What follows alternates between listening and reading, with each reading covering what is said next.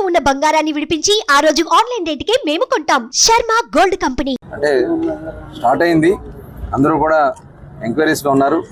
ఎలా చేసుకోవాలి, ఎక్కడ చేసుకోవాలి అనేది అందరూ కూడా ఉన్నారు. ఇప్పటికి దాదాపు 20,000 దగ్గరే అప్లికేషన్స్ కూడా తీసుకున్నారు.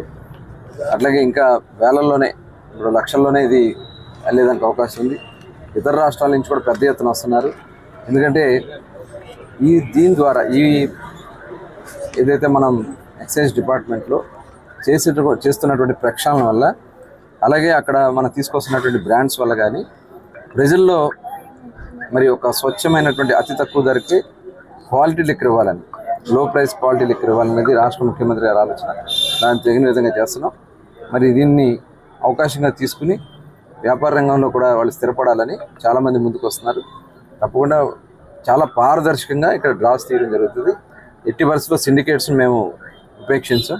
ఎవరైనా అలాంటివి చేసినా అది ఎవరైనా సరే వాళ్ళ మీద చర్యలు తీసుకోవడం జరుగుతుంది. డిపార్ట్మెంట్ కూడా క్లియర్ ఇన్స్ట్రక్షన్స్ ఇచ్చాం.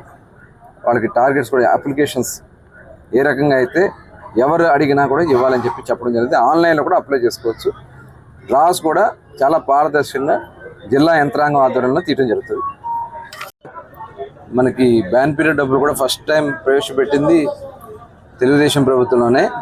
ఆ రోజు 4,000 ఇచ్చాం, తర్వాత 10,000 చేస్తా ఉన్నాం. ఈలోపు గవర్నమెంట్ మారింది, వాళ్ళు నెంబర్ తగ్గించేశారు. వాస్తవానికి ఉన్నది ఎంతమంది, వీళ్ళు వాంటెడ్గా మిగతా స్కీమ్స్తో కలిపేసి అవన్నీ కట్ చేసేసారు. ఇవాళ తిరిగి మళ్ళీ అవన్నీ కూడా అందించాల్సినటువంటి అవసరం ఉంది. దానికోసమే త్వరలోనే పెంచి ఈ బ్యాన్ పీరియడ్ డబ్బులు కూడా త్వరలోనే రాష్ట్ర ప్రభుత్వం అందించబోతోంది.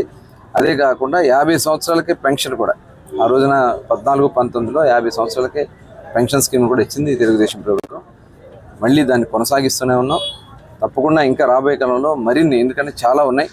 ఎంపీడా కేంద్ర ప్రభుత్వంతో మరి రాష్ట్ర ప్రభుత్వం వాటా కింద ఇస్తే చాలా వచ్చేదానికి అవకాశం ఉంది. అవన్నీ కూడా ఆంధ్ర రాష్ట్రానికి వచ్చే విధంగా తప్పకుండా చేయడం జరుగుతుంది తెలియదు.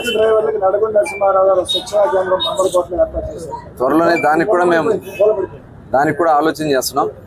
అదే కాకుండా స్కిల్ డెవలప్మెంట్ కూడా వాళ్ళకి అందించాలి.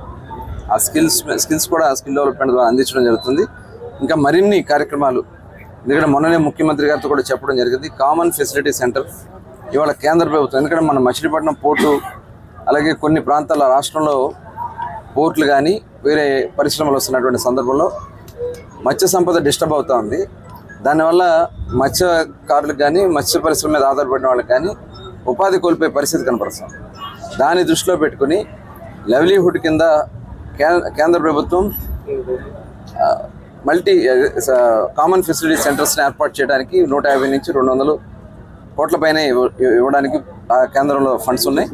అవన్నీ కూడా రాబోయే కాలంలో తీసుకుని, మరి దానికి ముఖ్యమంత్రి గారు మన మచిలీపట్నం కావాలని అడిగితే ఇమీడియట్గా ప్రపోజల్స్ తయారు చేసి కేంద్ర ప్రభుత్వాన్ని పంపించి, ఓట్ అవుతుంది కాబట్టి ఇక్కడ లైవ్లీహుడ్ వాళ్ళ డిస్టర్బెన్స్ కాకూడదు, అది ఏర్పాటు చేయమని. ఎందుకంటే కామన్ ఫెసిలిటీ సెంటర్లో వాళ్ళు ప్రాసెసింగ్ చేసుకోవచ్చు, అక్కడ స్టోరేజ్ చేసుకోవచ్చు, మొత్తం దానికి కావాల్సినటువంటి అన్నీ కూడా ఒక కామన్ ఫెసిలిటీ సెంటర్లో మరి వాళ్ళే మత్స్యకారులే దీన్ని నడిపే విధంగా చేయడానికి సీఎం గారు కూడా మొన్న చెప్పడం జరిగింది. త్వరలోనే అది కూడా రాష్ట్రంలో అన్ని ప్రాంతాల్లో కూడా మత్స్యకార వృత్తి ఇబ్బంది కలిగించే ప్రాంతాల్లో ఇవి ఏర్పాటు చేయడానికి రాష్ట్ర ప్రభుత్వం నుంచి, కేంద్ర ప్రభుత్వం నుంచి సపోర్ట్తో ఏర్పాటు చేయడం జరుగుతుంది. సుమన్ టీవీలో మీ పర్సనల్ అండ్ బిజినెస్ ప్రమోషన్స్ కోసం కింది నెంబర్కి కాంటాక్ట్ చేయండి.